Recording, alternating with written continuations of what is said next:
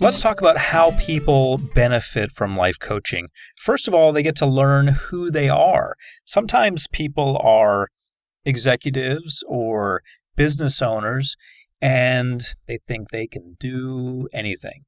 Well, part of life coaching is to take your client on a journey into finding out what they're really good at, what they're really great at, and what they're not so good at.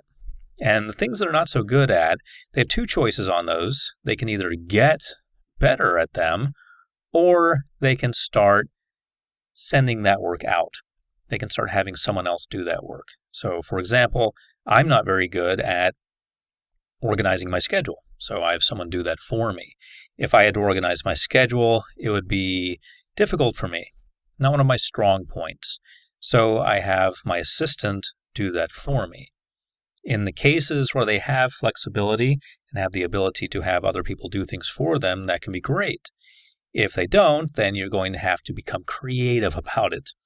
But part of the journey that you're going to take them on in life coaching is getting them to know who they are.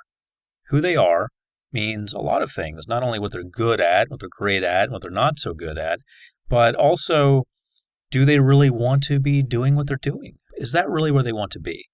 So if it's not, then they need to change paths, because you'll never be effective at something if you don't really love it.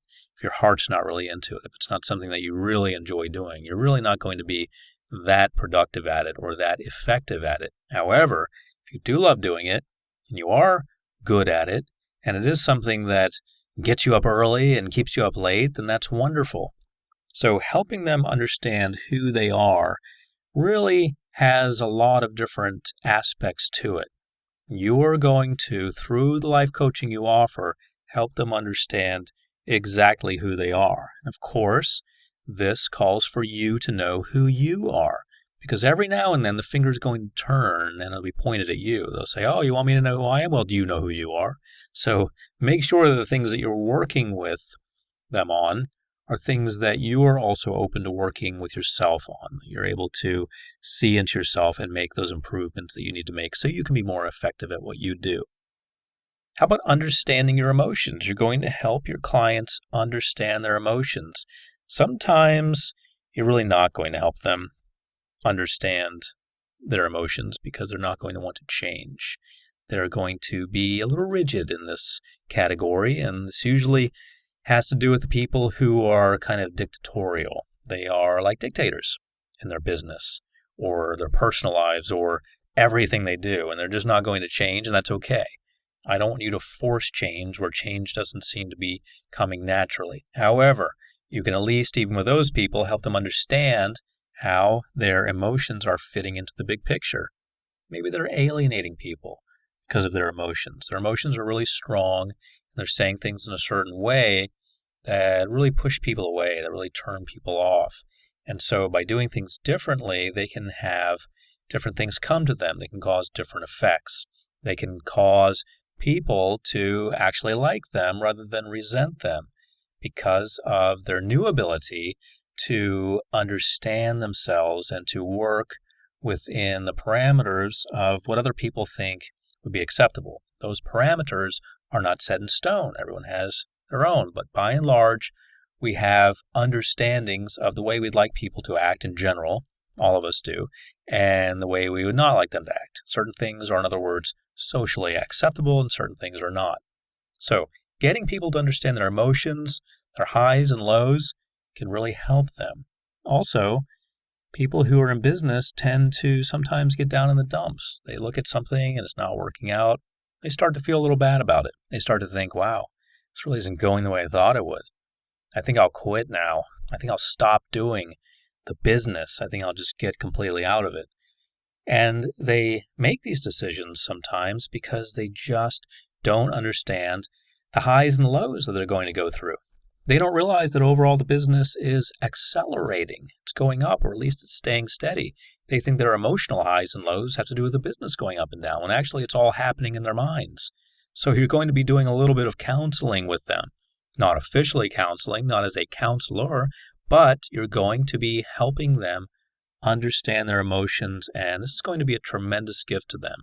This is going to be the gift that really gives back over time. If they understand their emotions, they're going to understand how to deal with people, how to make people happy, how to get what they want out of life rather than upsetting people, rather than being tossed around by their own emotions. They're going to realize that everything's okay and their emotions are okay too. And they can separate the way they feel about their emotions from how they feel about their life in general. How about helping people know what they want to accomplish? Once you know what you want to accomplish, you realize that your life works more smoothly. Same thing goes for your clients. This is going to be one of the benefits that you're going to bring to them, helping them know what they want to accomplish. And really, I would say this is one of the key points of your life coaching business. If you help them know what they want to accomplish, then that means that you probably have some numbers on things. They want to make more widgets. Well, how many widgets do you want to make per week? You want to make 1,000? Fine, we have a number. When do you want this increase to take place? When do you want this to kick in? When do you want to be able to have this new increase available? Do you want to have it happen right away, or do you want to have it happen in a month from now? So now we have a schedule for it also. We not only have the concept of an increase, which is a number, but we also have a date on which it's going to increase. And this date is very helpful too. It's very powerful. So once you understand these things, you have a lot of leverage. Knowing what you want to accomplish, having your client know what they want to accomplish is of tremendous advantage to not only them, but to you also. And it can really help in this thing I keep talking about, which is you keeping your job with them, you remaining in their workforce, on their team, quantifying everything, helping them know what they want to accomplish. Many times when you work with clients, they're just not going to know. They're not going to have any clue. They're not going to have any idea what they want to accomplish. They're going to have a rough idea, and that's about it. You need to help them hone this. You need to help them reel this in. This idea is going to be like a star out there floating around, and you're going to have to help them reach out, grab that star, and bring it down to earth and start making it real. And to do this, sometimes it takes a little bit of soul searching. They may think they know what they want, but they may not really know what they want. Maybe what they say they want is different from what they actually want, and you find this out in a discussion. You see, what happens in life coaching is usually you become more aware of what's going on than they are. Usually you're aware well before they are of what's really going on. So part of your job is to help them understand this, to help them know what they want to accomplish. That's one of the benefits you bring. What about willingness to change? People, when they have a life coach, usually already have some sort of willingness to change, but you're going to make this even greater for them. They're going to have a certain willingness to change, so you can work with something. You have something to work with. But there's usually a lot of room for growth. If they had complete willingness to change, they would have already done it. They would have already looked around, and they would have seen what Sally's doing that makes her so successful, and they would have done that. They would have already changed. So usually they have a willingness to change, but it's not at the 100% level yet. You need to get it closer, a lot closer to 100% than wherever it is when you first meet them. That is going to be a bit of a challenge for you, helping them increase their willingness to change, because they're not always willing to change to the degree that's going to be highly beneficial. You need to make sure that their minds are wide open, that they're really willing to change. Now, this isn't always going to be the case, and I don't want you to get caught up in a situation where you're fighting them, ever.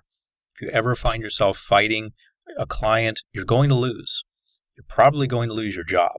Okay, and I know I keep saying that, but you have to realize that there are certain rules that you must not disobey. One of the rules is don't fight with your client. You can be right and unemployed, and that's not really a good position to be in. So, if you get to a point where you feel that they're just hard-headed, and if they just listen to me, we could change the world together. If you ever get to that point where you feel that they're really thick-headed, hard-headed, they're not listening to you, and they should, you need to step back, take a breath, realize that they probably hired you, or they at least agreed to work with you, so they're not completely thick-headed like you may think they are. They do have somewhat of willingness to change, but you need to reposition what you are bringing to the table. Rather than cramming it down their throats, you need to serve it up on a nice plate with some fruit and some cake and so forth.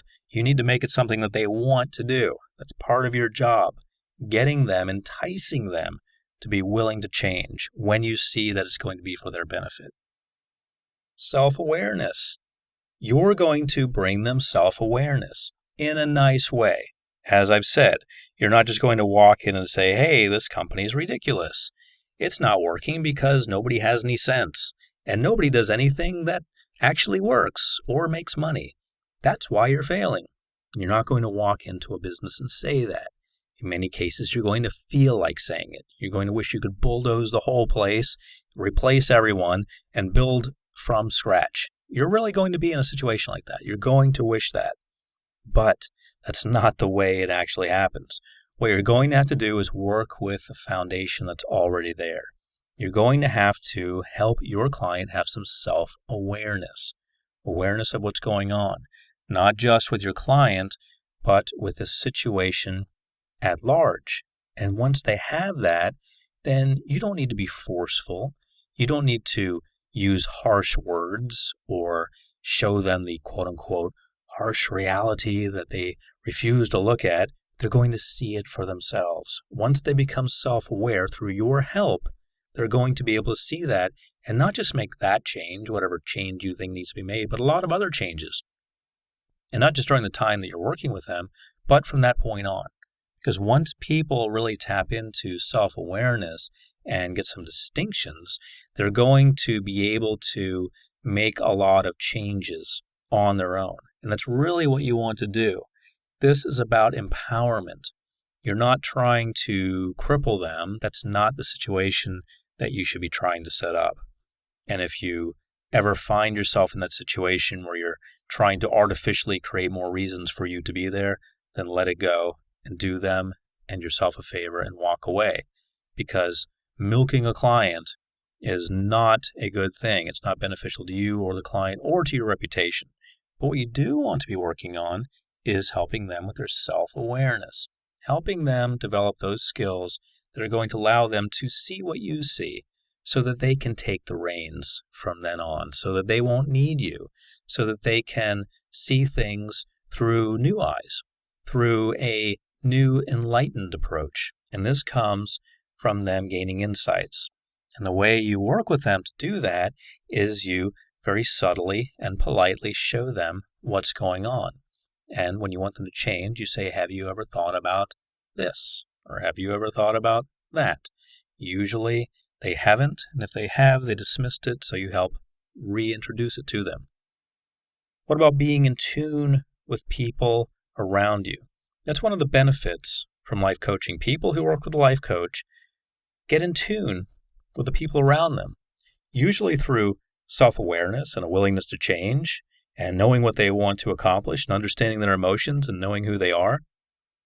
But sometimes just by virtue of having a life coach in general, they get in tune with the people around them. Because part of what you'll be doing as a life coach is showing them how their interactions are either helping them or hurting them. When their interactions are helping them, then they are, of course, beneficial, and they should continue doing those things. When their interactions are hurting them, then they need to change. But interactions have to do with other people. Most of business has to do with other people.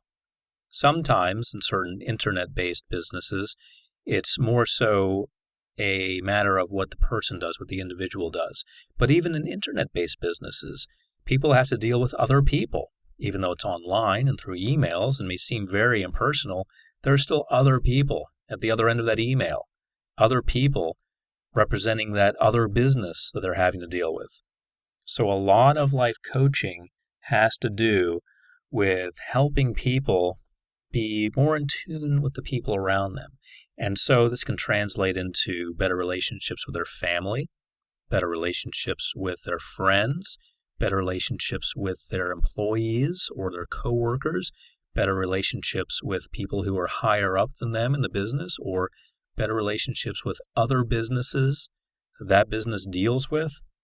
This can translate into a lot of different areas and add a tremendous amount of benefit.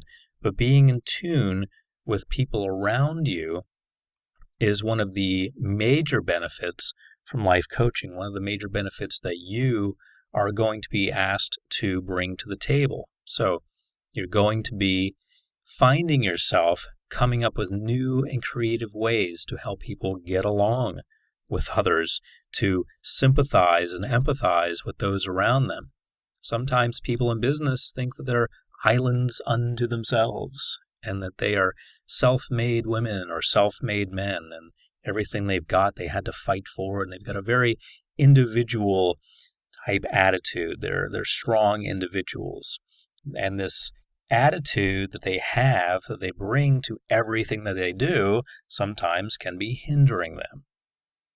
What about the ability to set and reach goals? The ability to set and reach goals. Now realize that once they're able to do this, they're going to be able to do this by themselves. This is something that they're going to learn how to do, and they're going to be able to do it for themselves. They're going to be able to set and reach goals. And you get them there by holding their hand at first. At first, they need their hand held. But didn't we all, when we were growing up? Did we learn to feed ourselves all by ourselves? Did we get the jar of baby food out of the refrigerator or the cabinet and open it ourselves and teach ourselves how to feed ourselves? No, of course not. Somebody did all this for us.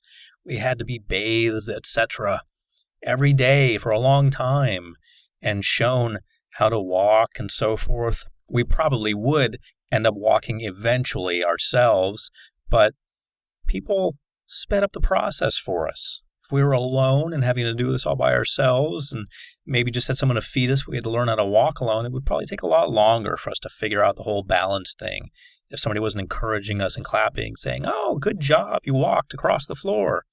Well, that's what you're going to be doing, not in a babying sense, but kind of with your clients. You're going to be encouraging them to take those baby steps, to learn how to eat food, to learn how to walk, to learn how to take care of themselves. It's going to be almost like working with an infant.